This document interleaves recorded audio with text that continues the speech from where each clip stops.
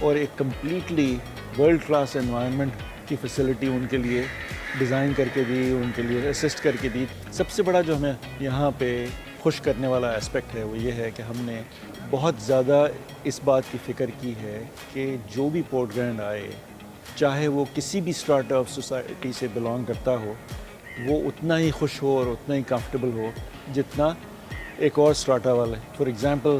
اگر کوئی motor bike پہ آ رہا ہے، اس کو وہی کمفرٹ ہونی چاہیے، وہی امینٹیز ہونی چاہیے جو ایک مرسیڈیز میں کوئی آ رہا ہو اس کو ہوتی ہیں. اور کوئی جھجک یہاں آنے کے بعد لوگوں کو نہیں ہونی چاہیے کہ مجھے ایسے لوگوں کے ساتھ انٹریکٹ نہیں کرنا چاہیے، کیونکہ یہاں اللہ کا شکر ہے آنے کے بعد ایک بیہیویئرل پیٹرن بھی لوگوں کا بدل جاتا ہے. اسی وجہ سے آج ہمیں 10 سال ہونے کو آ گئے ہیں، اور ہر سال ہمارا نیو ایئر ایونٹ جو ہے وہ تو خیر بہت بڑا ایونٹ ہوتا ہے، اور اللہ کا شکر ہے ہر year despite restrictions and covid وغیرہ ہم اپنا کرتے رہے ہیں، سائز اس کے جو بھی چینج ہوتے رہے. Every day is an event at Port Grand. کسی کی کوئی پارٹی ہو رہی ہے یا کسی کا کوئی اپنا ایونٹ ہو رہا ہے یا اور کچھ نہیں، تو ظاہر ہے کراچی ایک 22 ملین کا شہر ہے، اس میں لوگوں کو تفریح کا مقام بھی چاہیے اور کھانے پینے کے لیے بھی مقام بھی چاہیے. تو ہم نے وہ تمام فیسلٹیز ایک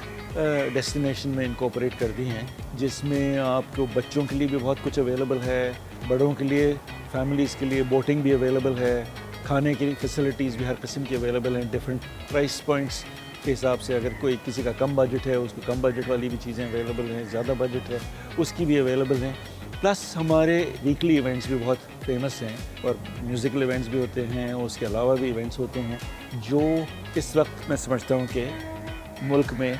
سب سے مقبول بھی ہیں اور سب سے زیادہ ان کی ایکسیپٹنس بھی ہو رہی ہے. بیکاز اللہ کا شکر ہے we do not permit anything in this place which is not allowed by our culture یا which is not allowed by our religion یا which is not allowed by our tradition and values. اس کے اوپر ہماری بڑی focus ہوتی ہے. باقی یہاں بے شمار ایسی چیزیں ہیں جو فیملیز آ کے بھول جاتے ہیں کہ جی کون ان میں خواتین ہیں اور کون ان میں مرد ہیں اور کون ان میں بچے ہیں، بیکاز وہ بالکل اس طریقے سے گھل مل جاتے ہیں اور گھومتے رہتے ہیں جیسے اپنے گھر کے اندر ہوں، اتنا وہ اپنے آپ کو سیکیور فیل کر رہے ہوتے ہیں. یہ ہمارے لیے سب سے بڑی پرائڈ کی بات ہے. یہاں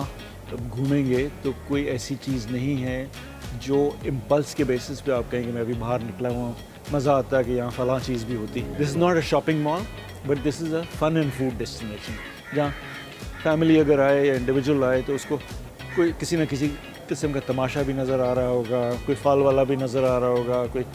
آئس کریم والا بھی نظر آ رہا ہوگا، کوئی کھانے والا بھی نظر آ رہا ہوگا، کوئی ٹھیلے والا بھی. بٹ ہر چیز میں ایک نفاست ہے، ہر چیز میں ایک طہارت ہے، اور ہر چیز میں ایک ڈسپلن ہے.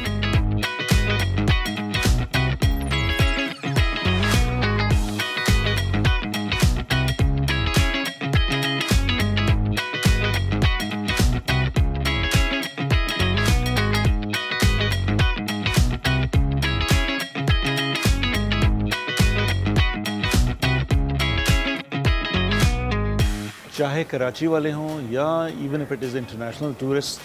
that are coming to Pakistan or to Karachi, I would recommend that they do come to Port Grange, because coming to Port Grange will give them a feeling of exactly what Pakistan is all about. They may or may not be able to see some of those things in the rest of the country, but at least this is a place where they can see that these are the benchmarks we have decided to comply with, and inshallah the rest of the country and the rest of the city will also be complying with these benchmarks of culture, of civility and of quality.